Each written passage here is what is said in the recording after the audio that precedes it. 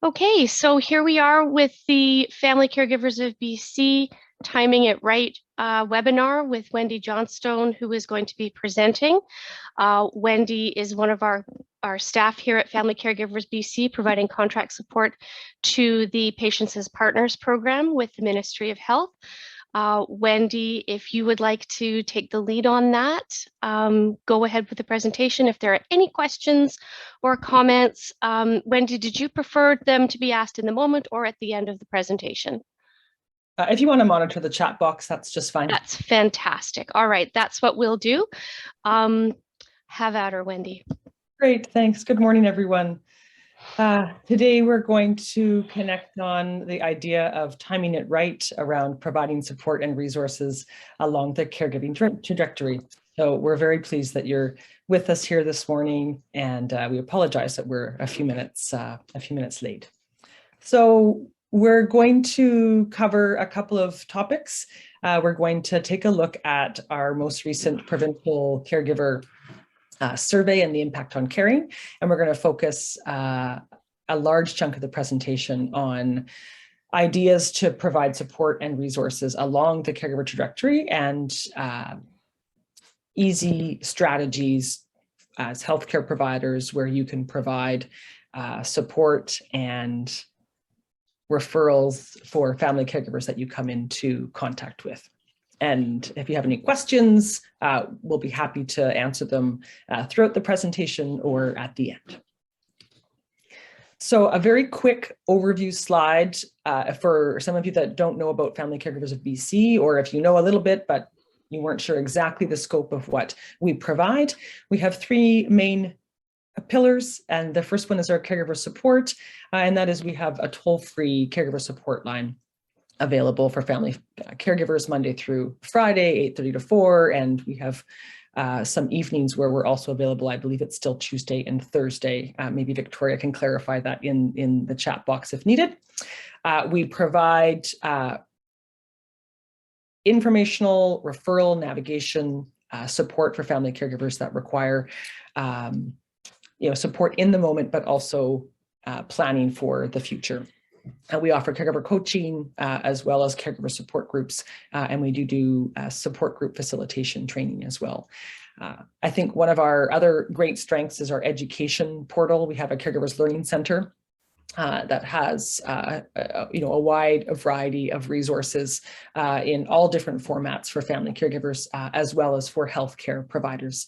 And the final pillar is our engagement and collaboration, and that's where we reach out and connect and collaborate with the health and social sectors around spreading the good word about Family Caregivers of BC, as well as understanding what healthcare providers are seeing and where they can benefit from more support in supporting family caregivers in their practices. So I want to touch on very quickly our provincial caregiver survey and the impact on caring. It was done in 2020, and it was the sample size was over 1,000 caregivers that were residing in British Columbia, and it was really to get a sense of the impact of caring. So we always like to focus that when we speak to caregivers, the bulk of them indicate that caregiving is really rewarding for them. And so many caregivers, it's not so much about the caregiving part, it's actually more about managing their life, while they're caregiving or managing transitions. Many caregivers say, over 70% say that it really strengthens their relationship with the care recipient. Also, generally speaking, caregivers are in the best position to support the person they're caring for in the environment that's best suited to their situation.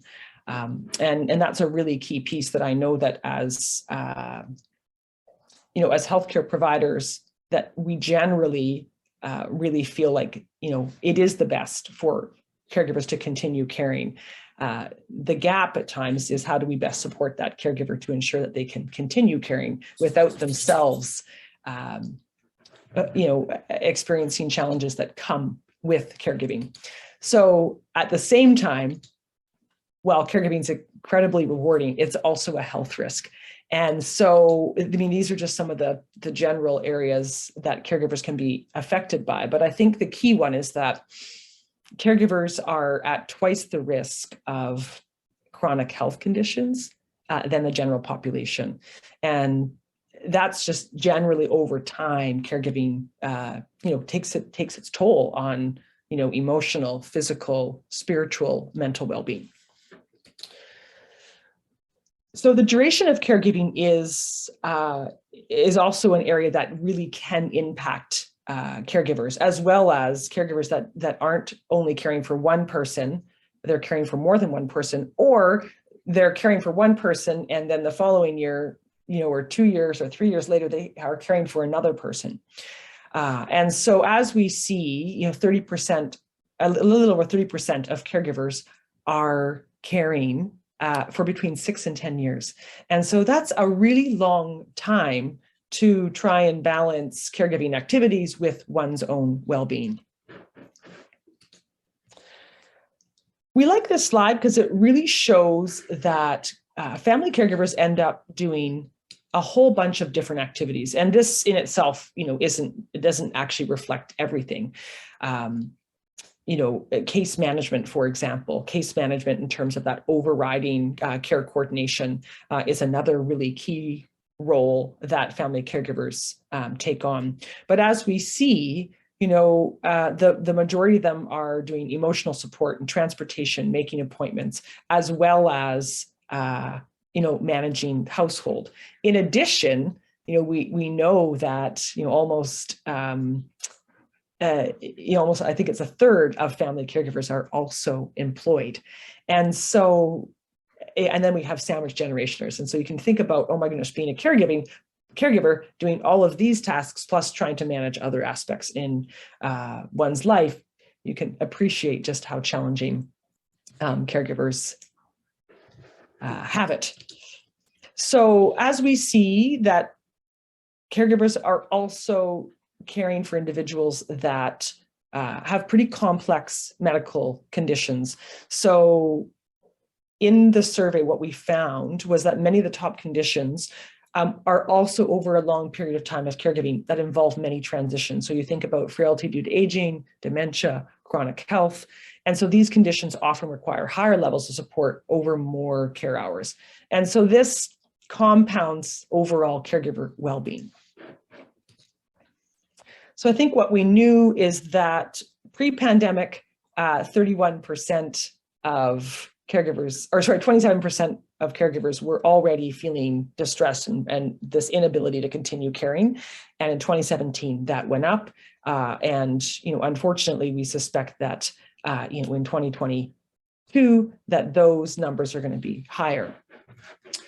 So I'm not going to spend too much time on these slides, just that, some kind of key information that the survey demonstrated is that, 46% of family caregivers who fell in that sandwich generation were caring for more than one person. And they were the most stressed during COVID and even prior to COVID. Seniors caring for seniors, this is the highest proportion were caring for over 6 years. And they were the ones that were caring for the longest hours as well.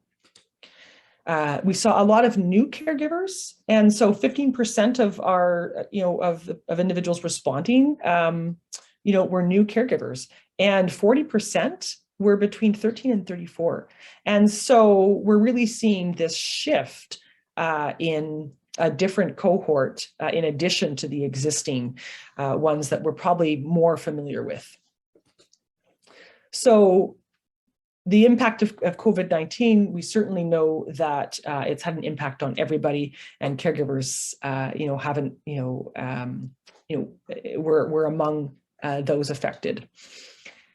So generally, caregivers reported that they had to provide more care during the pandemic, and that there was obviously an impact of services provided. And so, some services declined or they chose not to use those services.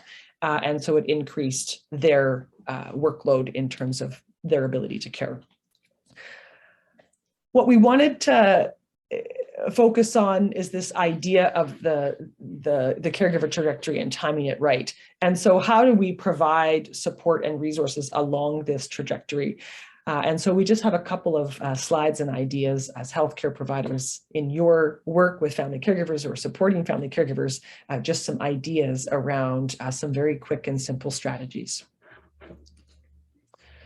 So before we go into that, healthcare providers and families want the same thing, and that's the best quality of life and quality of care for the person being cared for.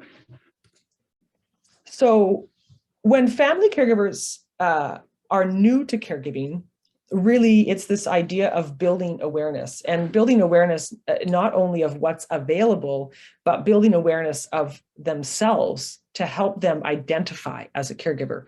And so we have some really good resources to help healthcare providers even just use language that will help caregivers identify, but also good resources for caregivers to help them self-identify, because self-identification is something that many caregivers often struggle with. They just see it as part of their everyday role. And caregivers really tell us that I don't know what I don't know. And so being new to caregiving, often they just don't know what to expect or where to find information. And so they're going to try and look to those around them to provide as much support and information as possible. And so typically in the new to caregiving, it is really about information around diagnosis, treatment, what to expect, what they might see. We have a really great new to caregiving flip book that's available on our website, and it's downloadable, and it's an 8-page. It has lots of great information in there to help guide them and give caregiver strategies. One thing that we also know, and we've heard from family caregivers too, is that not to overwhelm with too many resources. They often find that they can't remember where they got the information from, or it just might end up in the recycling bin because it just seems too overwhelming. So as we go through the trajectory, this unfolding responsibilities is really where family caregivers are starting to understand just what's involved in their role as a caregiver. And so they'll often say, you know, some days are better than others, but overall I'm managing. I'm fine. This is a general statement. The care recipient ends up seeing a lot of members of different healthcare teams, and the focus naturally is on the care recipient. And so sometimes caregivers will say that they feel a bit invisible. So even including them in conversations about asking them how they're doing,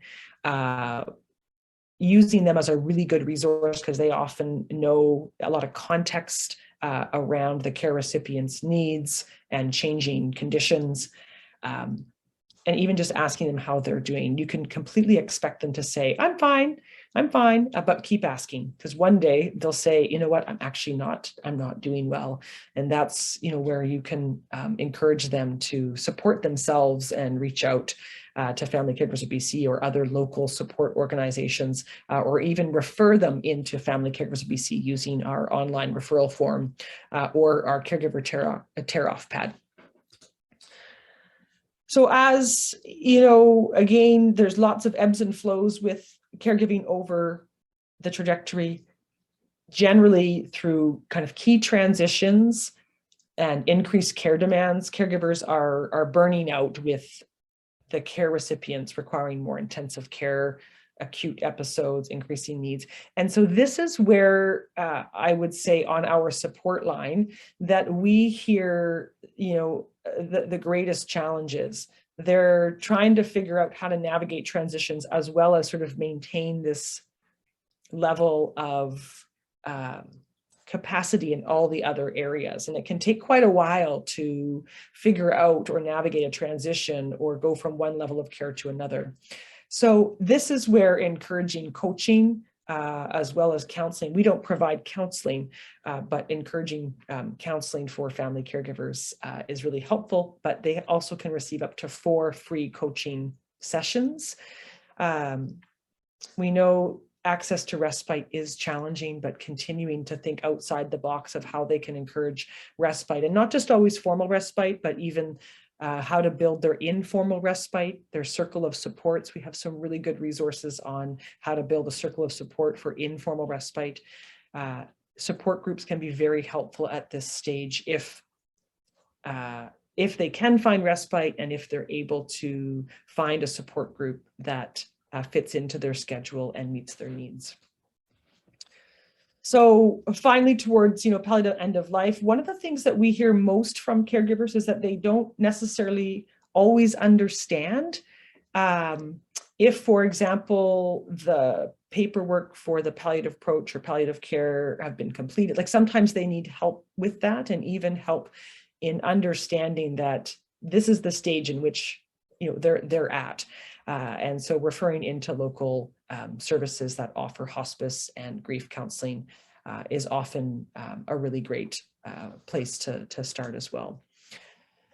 So once the person passes away, often caregivers feel a range of emotions, and they still require support after the care recipient has died. And so it's still okay to refer them into Family Caregivers of BC, as well as into other local bereavement and grief groups. Often caregivers feel that they have lost a part of their identity. And so part of that challenge is for them to connect with themselves, and kind of figuring out what their life is, going forward. We really want to stress that our Family Caregivers of BC, our support line, it's free everywhere in BC. The focus is on information and referral, help navigating the healthcare system. We do caregiver planning, we do caregiver coaching. All of these services are free.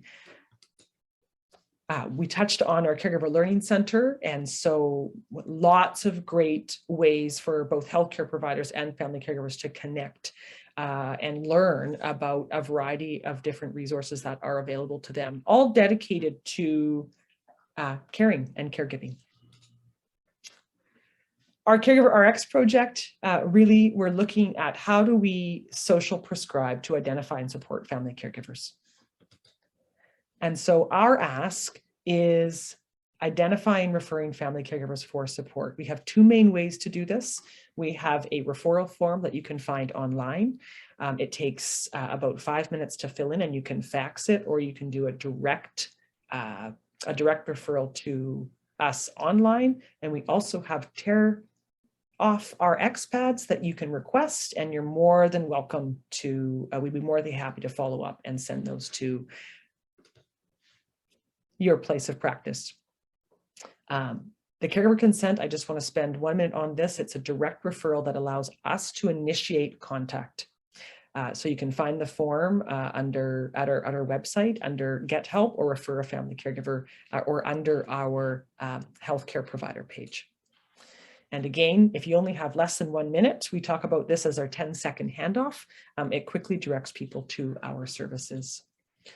We're always really happy when family physicians and other healthcare providers tell us just how great the resources are, and if we can be of further support, or if you're interested in further resources, we're more than happy to connect with you individually. We can do presentations to healthcare teams and provide a little more customized presentation to your community or your clinic. And finally, I think we all want to acknowledge that Family Caregivers of BC and our healthcare system, we are really working towards trying to fill these gaps, and caregivers working towards having caregivers being formally acknowledged as this critical component of our healthcare system. We're working towards trying to work with policy makers around how do we support identification and support in systems. And how do we continue to support those community programs that are essential? And of course, as all of us know, that funding is really critical to support any of these programs. But this is a really important part of the work that we do. And we're going to continue working to ensure that we can identify, refer, and support family caregivers across the caregiver trajectory at at all different levels of our healthcare system. If you have any questions, I'd be happy to answer them. If we can provide any additional support, please reach out to me directly at the email listed, or give me a call through the Family Caregivers of BC. Thank you so much for your time today, and happy to take some questions.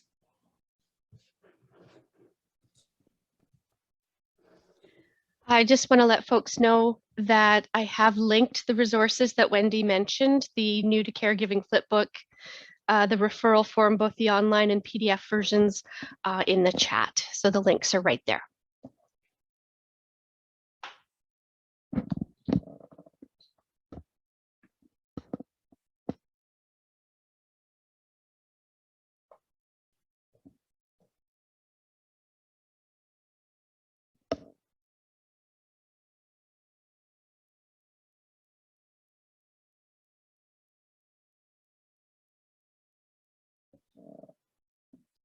Thank you again for your time. It's always a pleasure to be able to connect with other professionals in the community and to be able to provide information and resources. We're always happy to have some feedback, and please reach out to us if we can be of further support.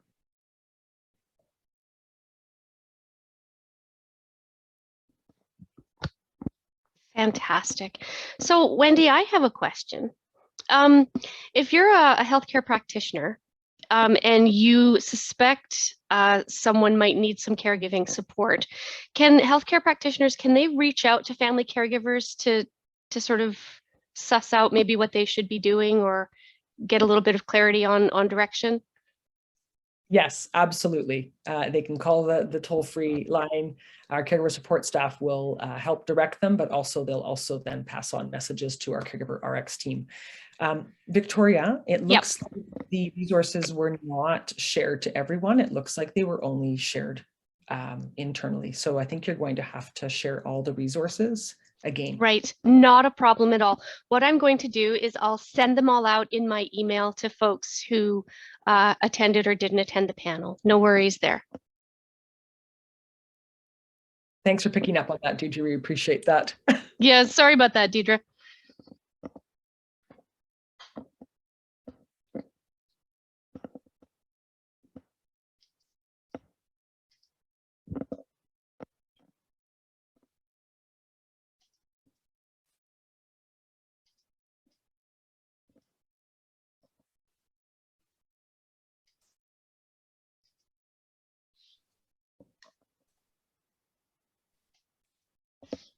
Looks like Victoria's just going to put some of those into the chat box. Just doing that right now, just so you can grab the links and you don't even have to wait for an email from me, but they will also be in the email I send out.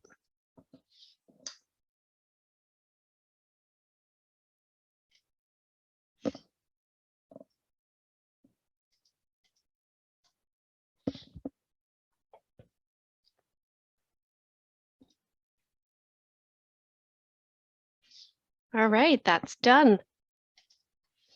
Links are all there now for everyone to see, not just me and Wendy. All right. Well, thank you again, everyone. I hope you have a great rest of your week. I'm sure for many of us, it's end of fiscal. And so here's to the end of March. Have a great week, everyone. Thanks again for your time.